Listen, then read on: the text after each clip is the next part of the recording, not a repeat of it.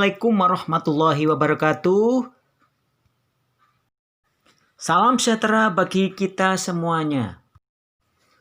Pada pertemuan yang lalu, kita sudah membahas tentang pengertian pertumbuhan ekonomi, faktor-faktor yang mempengaruhi pertumbuhan ekonomi, dan cara mengukur laju pertumbuhan ekonomi. Pada pertemuan sekarang ini, kita akan membahas tentang teori pertumbuhan ekonomi.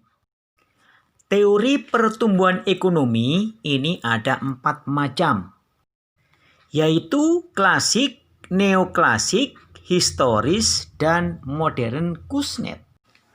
Yang pertama, teori klasik yang dikemukakan oleh Adam Smith, David Ricardo, dan Thomas Robert Malthus. Adam Smith berpendapat bahwa proses pertumbuhan ekonomi terdiri dari 2 aspek, yaitu aspek pertumbuhan penduduk dan aspek pertambahan output total. Menurut Adam Smith, jumlah penduduk akan meningkat jika standar upahnya meningkat. Maksudnya adalah penduduk usia muda akan cenderung untuk menikah jika mempunyai upah yang layak, sehingga hal ini dapat meningkatkan jumlah angka kelahiran.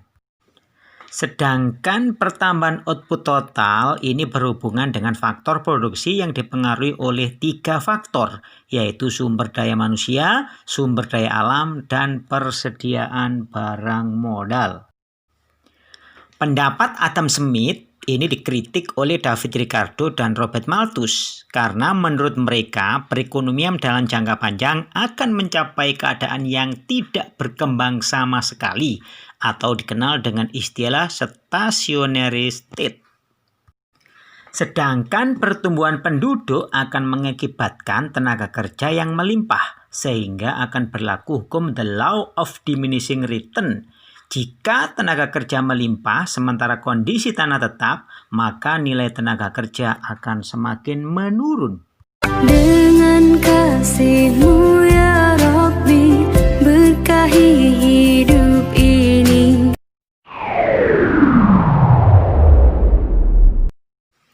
Yang kedua adalah teori neoklasik. Robert Solow berpendapat semakin tinggi tabungan, semakin tinggi modal dan output yang dihasilkan.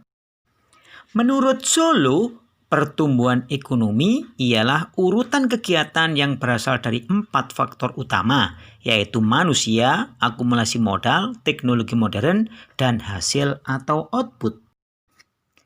Sedangkan Joseph Schumpeter berpendapat untuk meningkatkan pertumbuhan ekonomi diperlukan peran pengusaha yang membuat inovasi dalam perekonomian.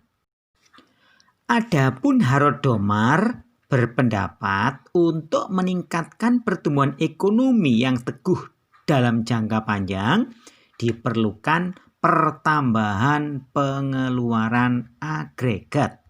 Dengan kasih-Mu ya Rabbi, berkahi hidup ini.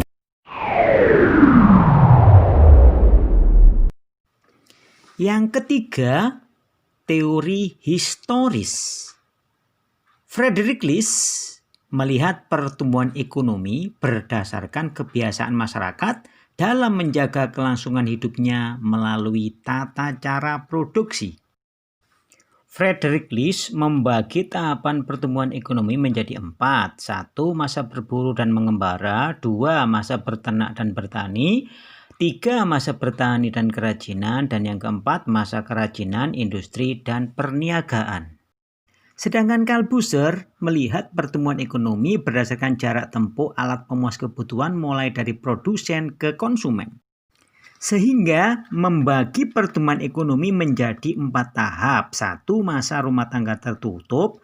2. Masa rumah tangga kota. 3. Masa rumah tangga bangsa. Dan yang keempat, masa rumah tangga dunia. Adapun Werner Somat melihat pertumbuhan ekonomi berdasarkan susunan organisasi dan ideologi masyarakat. Sombat membagi tahapan pertumbuhan ekonomi menjadi 4. 1. Prakapitalisme, 2. Kapitalisme madya, 3. Kapitalis raya, dan yang keempat kapitalis akhir. Terakhir, W.W. Rostow melihat pertumbuhan ekonomi sebagai syarat pembangunan untuk mencapai tahapan yang lebih maju. Rostow membagi tahapan pertumbuhan ekonomi menjadi 5. 1. Masyarakat tradisional, 2. Prasyarat untuk lepas landas, 3. Lepas landas, 4. Perekonomian matang, dan yang kelima tahap konsumsi massal tingkat tinggi. Dengan kasih-Mu ya Rabbi, berkahi hidup ini. Yang keempat, teori modern Kuznets. Pertumbuhan ekonomi dapat dicapai melalui 3 komponen. 1. Peningkatan persediaan barang yang terus-menerus. 2. Perkembangan teknologi. Dan yang ketiga, penggunaan teknologi secara efektif dan efisien. Ciri-ciri pertumbuhan ekonomi menurut teori modern Kuznets. 1.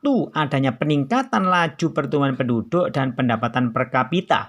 2. Adanya peningkatan produktivitas. 3. Adanya laju pertumbuhan struktural yang tinggi. 4.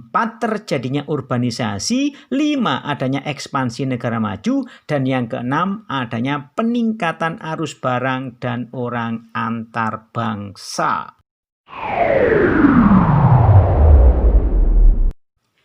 Demikianlah, semoga bermanfaat dan sampai jumpa. Wassalamualaikum warahmatullahi wabarakatuh. Salam sejahtera kita semua.